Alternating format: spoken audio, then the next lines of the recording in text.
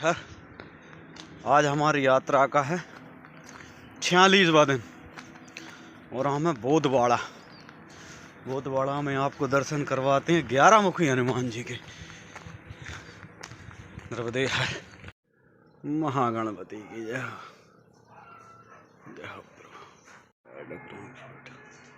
11 मुखी हनुमान जी।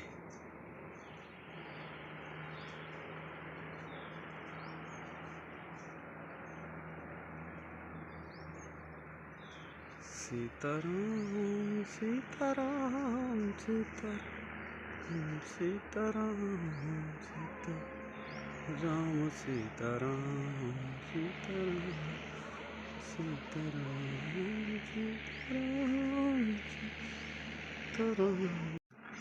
सीताराम सीताराम सीताराम सीताराम। पंचमुखी हनुमान मंदिर। महादेव जय हो भोलेनाथ। 3-3.5 फीट ऊंची शिवलिंग भैया।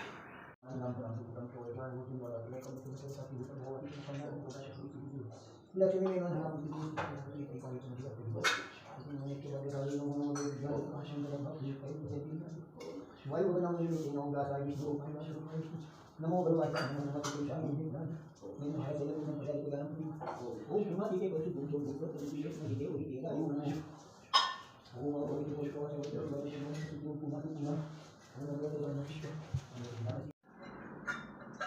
सीताराम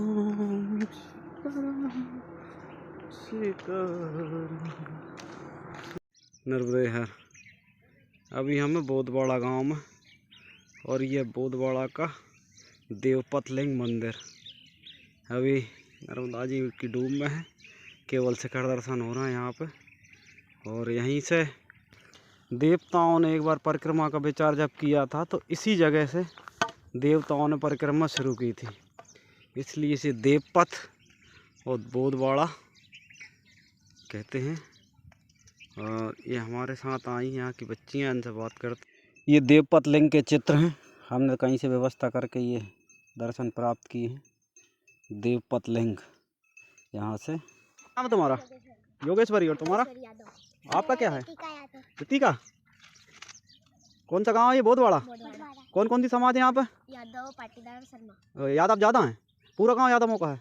अरे वाह यार। और मोहन यादव आ रहे हैं आज यहाँ पे? क्या है? उनकी वाइफ आ रही है, परिक्रमा कर रही हैं।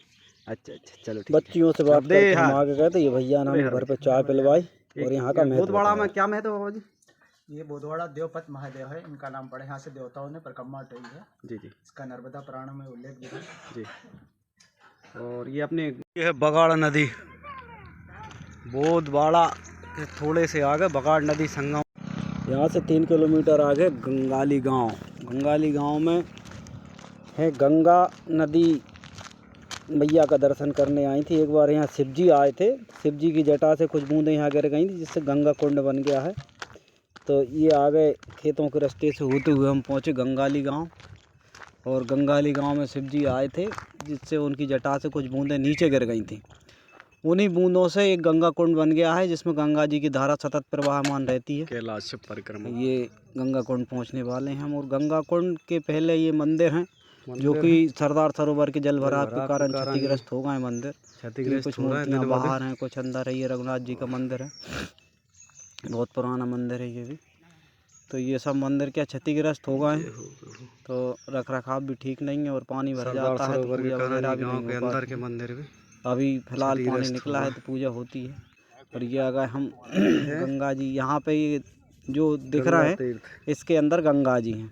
यहाँ पे गंगा कुंड है छोटा सा ना महाराज जी। इसका भी हमने चित्र की देखने की कोशिश की है। और वो मंदिर, वो चित्र आगे दिखाते हैं। और ये है अच्छा वो 3 फीट गहरा जो लिंग है। हाँ, वो नीचे डूब में अभी शिवलिंग बना हुआ है। हाँ मतलब 100 मीटर दूरी पे। अच्छा अच्छा। हाँ तो 1-2 महीने में खुल जाएगा ये भी। हाँ चलिए। नर्मदे है नर्मदे। ये है गंगा झरा की तस्वीर। इसमें सतत प्रवाहमान रहता है। और ये है नारदकेश्वर लिंग। और यहाँ से हम पहुँचे बाबा जी के आश्रम पे। बाबा जी से चर्चा की। और बढ़िया बाबा जी ने चाय पिलवाई और ये आ गया बताया चौराहा, यहाँ एक का। रास्ता इधर है, और फिर ये खेतों के रास्ते से होते हुए हम आगे बढ़े। एक रास्ता इधर गया है, यहाँ से होते एक हुए हम रास्ता पहुँचे इधर एकलवारा।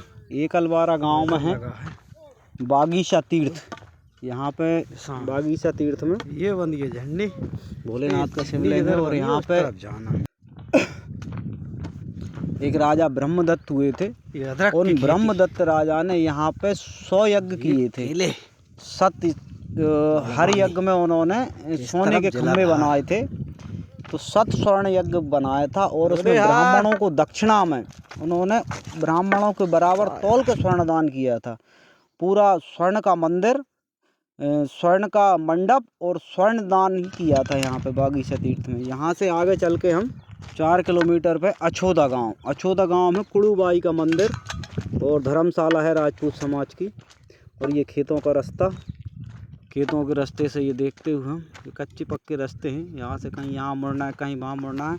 अच्छी बात यह है कि सब जगह बोर्ड लगे हुए हैं, तो इन बोर्डों के सहारे दिक्कत नहीं होती जाने में। रास्तों पे चौराहों पे बढ़िया पहुँच जाते हैं। और ये है कुड़ूबाई का मंदिर। ऊपर राम दरबार है, भोलेनाथ का मंदिर है, हनुमान जी हैं। और अभी हम दोपहर के समय पहुँचे थे तो मंदिर बहुत सुंदर बना है। ये मंदिर की सुंदरता। आरती की मशीन रखी है। मंदिर अभी बंद है, केवल भोलेनाथ के दर्शन हो पाए हैं। ये यहाँ की गुम्बज, बहुत प्यारी गुम्बद बनी है यहाँ पे।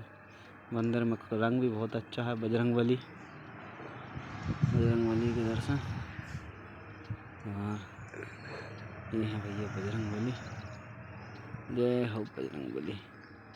यहीं पास में ही राम दरबार है, तो इसके दर्शन तो नहीं हो पाए, परंतु भोलेनाथ के दर्शन हमको हो गए। भोलेनाथ का दरबार 24 घंटे खुला रहता है। जब आओ, जब चले जाओ, जब पूजा करना है जब पूजा करो। महादेव की लीला। उसके आगे ये थोड़े से आगे जाके नर्मदा जी। और ये है सेमलदा गांव के पहले ये नर्मदा जी। यहाँ से आधा किलोमीटर दूर है सेमलदा गांव। यहाँ है रेवा आश्रम में भोजन करेंगे दोपहर का। यहाँ चलता है सदाव्रत। हमारे साथ कुछ महाराष्ट्र के परिक्रमावासी जो कि भोजन बनाया इन लोगों ने।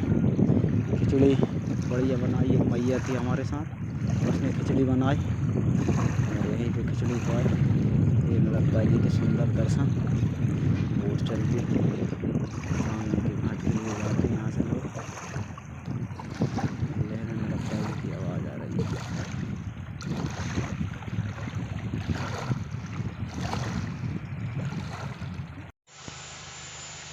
ये है रेवा आश्रम का मंदिर। यहाँ पे घाट के निर्माण का कार्य चल रहा है। यहाँ बहुत दिव्य घाट बनने वाला है आने वाले समय में। पुराना घाट डूब चुका है, इसलिए सरकार की तरफ से चल रही भैया सेमलदा में प्रसादी। हमारी दीदी ने बनाया है खिचड़ी। बढ़िया बनी है खिचड़ी, ठीक है। हाँ बढ़िया बनी है। ये पास हो गई खिचड़ी बनाने में। बधाई हो नर्मदे हर पर। और एक बमूल, बड़, नीम, आंवला, 5 वृक्ष कट्टे। सेमलदा में है दीप्तिकेश्वर तीर्थ है। ये दीप्तिकेश्वर तीर्थ में ब्रह्मा, विष्णु और महेश तीनों ने आके यहाँ पे राक्षसों के विनाश के लिए तपस्या की थी और यज्ञ किया था। तो ये दीप्तिकेश्वर तीर्थ पहले नदी के अंदर था, नर्मदा जी के अंदर, मगर इसको पुरातत्व विभाग ने ऊपर लाके बना दिया है। और पुरातत्व विभाग ने इसको इस तरह से बनाया जैसे प्राचीन मंदिर नीचे था, वैसे ही इसको बिल्कुल ज्यों के त्यों बनाया है। अकेला पुरातत्व विभाग से शिवलिंग वहाँ से नहीं निकला, जो कि शिवलिंग अभी भी जल के अंदर ही है मैया के। और यहाँ पे नया शिवलिंग स्थापित कर दिया है। तो शिवलिंग ऐसी परिस्थिति में था कि पुरातत्व विभाग भी निकालने में असमर्थ रहा उसको, और आखिरकार यहाँ पे नए शिवलिंग की स्थापना की है। यह है दीप्तिकेश्वर तीर्थ का मंदिर। ऐसा का ऐसा मंदिर पहले अंदर बना था, तो पुरातत्व विभाग ने इसको यहाँ ऊपर ला के ज्यों का त्यों बना दिया है। और बड़ी बारीकी से इसका ध्यान रखा गया है, कोई चीज़ इधर से उधर नहीं हो, ज्यों का त्यों ला के इसको बना दिया यहाँ पे दीप्तिकेश्वर महादेव। ब्रह्मा विष्णु और महेश तीनों का प्रतीक है दीप्तिकेश्वर महादेव।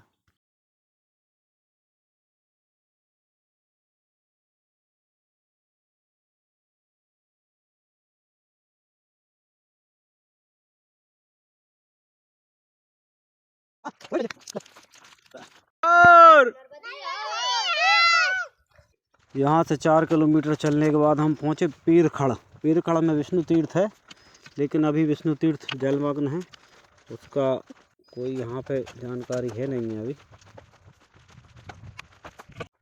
और ये बोर्डों का रास्ता देखते हुए हम धीरे धीरे पहुँचे उमेदा गांव। शाम होने वाली है, तो उमेदा गांव पहुंचकर हम लोगों ने यहाँ पे पता किया कोई आश्रम वगैरह है। तो यहाँ आश्रम तो था नहीं, मगर बताया गया कि हनुमान मंदिर है, इस पर स्वयं भोजन बनाना पड़ता है। तो हम जाकर हनुमान मंदिर पर रुक गए। हनुमान मंदिर पर ओमकार भाई आए, उन्होंने कहा तो बाबा जी भोजन हमारे घर पे बन जाएगा, आप लोग वहीं चल के भोजन कर लेना। तो क्या बात है। हमने कहा ये भी अच्छी बात है। उसके बाद इस गांव के 8-10 लोग और भी आए, उन्होंने भी भोजन के बारे में पूछा, मगर हमने ओमकार भाई का कहा ओमकार भाई के घर पे भोजन बन रहा है। अभी हम रात के समय जा रहे हैं ओमकार भाई के घर पे भोजन करने। ओमकार भाई के पिताजी और ओमकार भाई बड़े सेवक हैं, परिक्रमा वासियों की बड़ी सेवा करते हैं भैया। पहले गांव नीचे था, लेकिन अब क्या जल भराव के कारण गांव ऊपर आ गया है, परंतु ये लोग अभी भी सेवा करते हैं परिक्रमा वासियों की। और ये हमें बैठने के लिए आसन बिछाई जा रही है। क्यों गुड़िया ये 10वीं फेल हो गया? छोटी सी बच्ची बहुत बातें करती है, बढ़िया बातें दादा की दोस्ती है। और ये हमारे ओमकार भाई है, इनकी बच्ची है। मैया सुनो ना, आपका नाम क्या है? विरांगी। मैया जी, दादाजी ने आपकी इंसल्ट कर दी इतनी बड़ी, और आप भैया की तारीफ क्यों कर रहे हो इतनी? मैया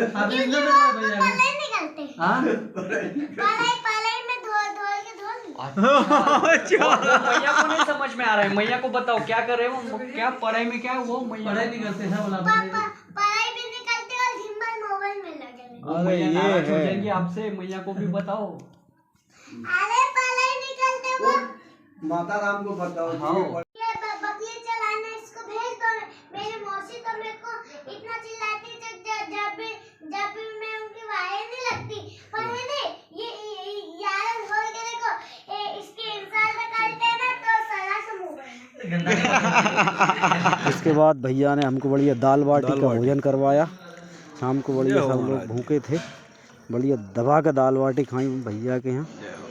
बड़ी सेवा की इन्होंने, और इनकी 2-3 बहुएं हैं, सभी ने बढ़िया प्रेम से 2 बच्चियां हैं, बच्चियों ने बढ़िया अच्छा दाल बाटी और सलाद और बढ़िया दाल में घी डाल के भोजन करवाया। भैया ने बड़े प्रेम से भोजन करवाया, और आते समय आखिरी में दक्षिणा भी दी।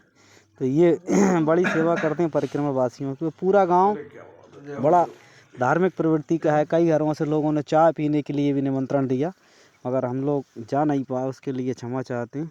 इस सीज़न के पहले परिक्रमावासी हम लोग थे जो इस गांव में रात रुके थे, और सभी लोगों को बड़ी लालसा थी कि बाबा जी आए हैं।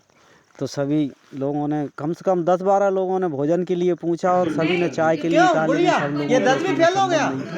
बड़ा प्रेम और बड़े साहृदय लोग हैं इस गाँव के। यहीं हनुमान मंदिर में विश्राम किया। नर्मदे हाँ।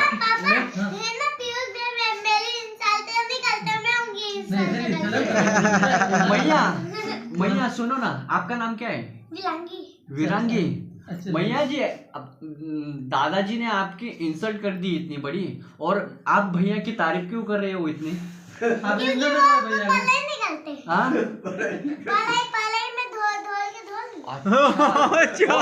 को नहीं समझ में आ रहा है, मैया को बताओ क्या कर रहे हो, क्या पढ़ाई में क्या है वो? मैया पढ़ाई नहीं करते हैं, पढ़ाई भी नहीं करते और दिन भर मोबाइल में लगे। मैया नाराज हो जाएंगी आपसे, मैया को भी बताओ। अरे पढ़ाई नहीं करते वो, माता राम को बताओ। हाँ।